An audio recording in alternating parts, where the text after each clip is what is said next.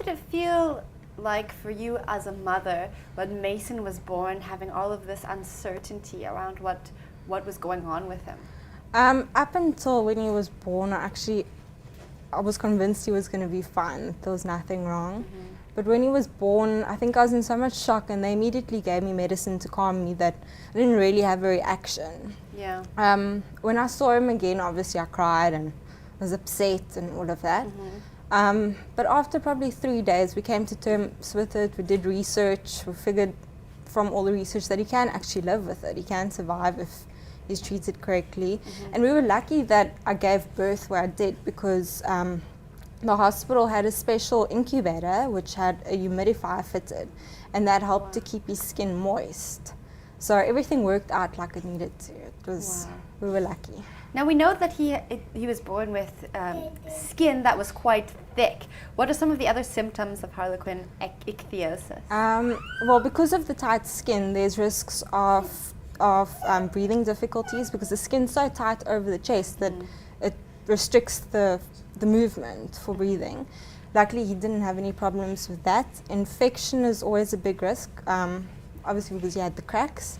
And right now, well, throughout his life, infection's going to be a risk because his top layer of skin is not formed like it should be. So bacteria can get in very easily. Wow. So we've got to be a bit OCD with hygiene at home. Wow. And then dehydration is a big risk because the skin can't keep in the moisture it needs. So he's constantly drinking to keep that up.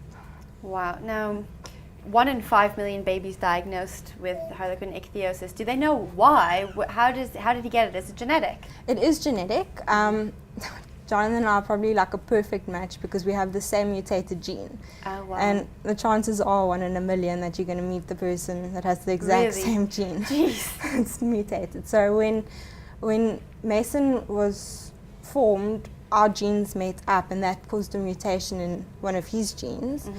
And it basically just means that he's missing a protein that forms the top layer of his skin. Okay. So to make up for that, his body produces way too much skin. So what we'll produce in 2 weeks, he makes overnight. Wow. But he can't shed it. So every night we've got to get rid of it and exfoliate all the skin off of him. Wow. But he can live a long and healthy and happy life. Yeah. As long as we keep him healthy, make sure everything's clean, doesn't get infections, he'll be fine. Is he supposed to be on any kind of medication, or is it just a matter of keeping him clean and exfoliated and in an area that doesn't have too much bacteria? Yeah, there's some people overseas with these conditions take retinoids, but we chose not to. So for now, he's doing pretty well. We're managing with his skin really well, so he doesn't need the retinoid. So we prefer to stay away from medication if we don't need it.